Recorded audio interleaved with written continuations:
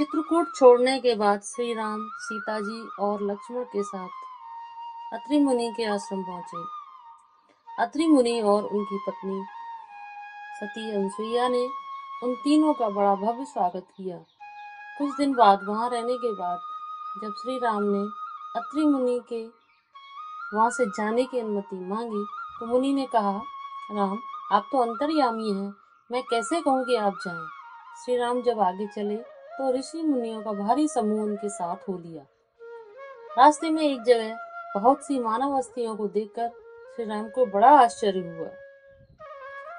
उन्होंने मुनियों से पूछा तो एक मुनि ने उन्हें बताया, हे नाथ, ये सब अस्थि पिंजर मुनियों के हैं जिन्हें राक्षसों ने मारकर खा डाला है।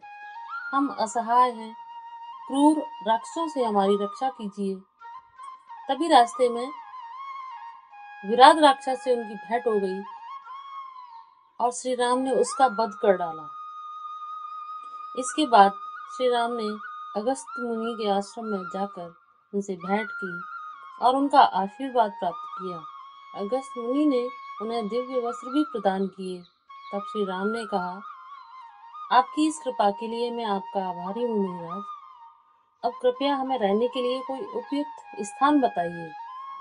यहाँ से 4 कोस दूर पंचवटी है, वहां जाकर आप सुखपूर्वक रहें। वहां आपको कोई असुविधा या कष्ट नहीं होगा। अगस्त मुनि बोले।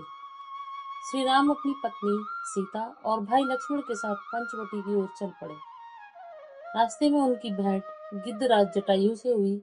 जटायु ने अपना परिचय देते हुए कहा, राम, मैं आपके पिता का मित्र जटायु हूँ। आप मुझे अपने साथ ले चलिए, शायद आपके कुछ काम आ जाऊं। इतना कहकर जटायु श्री राम के साथ हो लिए। पंचवटी में पहुंचने के बाद एक सुंदर सा स्थान खोजकर लक्ष्मण जी ने श्री राम और सीता जी के रहने के लिए एक पर्णकुटी बना दी। उस पर्णकुटी को देखकर श्री राम ने कहा, तुमने बहुत सुंदर आश्रम बनाया है लक्ष्मण। चलो उस आश्रम के द्वार पर देवताओं की वंदना करके उन्हें फूल अर्पित कर दें। तब दोनों भाइयों ने पवित्र गोदावरी में स्नान किया और एक कमल का फूल लाकर आश्रम के द्वार पर देवताओं की वंदना करके उन्हें अर्पित कर दिया। वह आश्रम काफी विशाल और सुविधाजनक था। वहां उन तीनों के दिन बड़े आनंद से व्यतीत होने लगे। लक्ष्मण दिन में जंगल में से लकड़ियां काट कर लाते और सीता जी उन दोनों के लिए रसोई पकाती थी। श्री रामचंद्र जी के पंचवटी में रहने के कारण सब मुनि सुखी हो गए। उनका डर दूर हो गया। लंका के राजा रावण की बहन सुपर्णखा नामक राक्षसी नागिन के समान दुष्ट हृदय वाली कठोर नारी थी। वह कुल्टा राक्षसी एक दिन उस पंचवटी के पास से होकर गुजर रही थी कि अचानक उसकी नजर राम और लक्ष्मण पर पड़ गई। वह उन्हें देखकर सोचने लगी, आहा, कैसे सुंदर युवक हैं। अगर मेरा विवाह इनमें से एक के साथ हो जाए तो मेरा जन्म सफल हो जाए। यही सोचकर वह राम की कुटिया के निकट आ गई और अपनी योग माया से अपना राक्षसी रूप बदलने का निश्चय किया। वह एक पेड़ की ओट में छिप गई ताकि श्री राम की नजर उस पर न पड़ जाए। थोड़ी ही देर में सुपर्णखा ने अपनी योग माया से एक सुंदर युवती का रूप धारण कर लिया और फिर श्री राम के पास पहुंची और बोली, हे युवक, तुम कौन हो और राक्षसों के इस प्रदेश में क्यों आए हो? देवी, मैं कौशल नरेश दशरथ का पुत्र राम हूँ। मुझे 14 वर्ष का वनवास मिला है जो यहाँ रहकर काटना चाहता हूँ। लेकिन आप कौन हैं? श्री राम ने पूछा। मैं महाबली रावण की बहन सुपर्णखा हूँ। इस स्थान पर शासन करने वाले अद्वितीय शक्ति के स्वामी खर और दूषण मेरे चचेरे भाई हैं।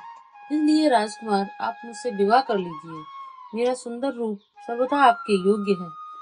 हे सुंदरी, मेरा विवाह तो हो चुका है, लेकिन वह जो मेरा भाई लक्ष्मण बैठा है वह हर प्रकार से तुम्हारे योग्य है। तुम उनके पास जाओ, श्री राम ने परिहास में कहा।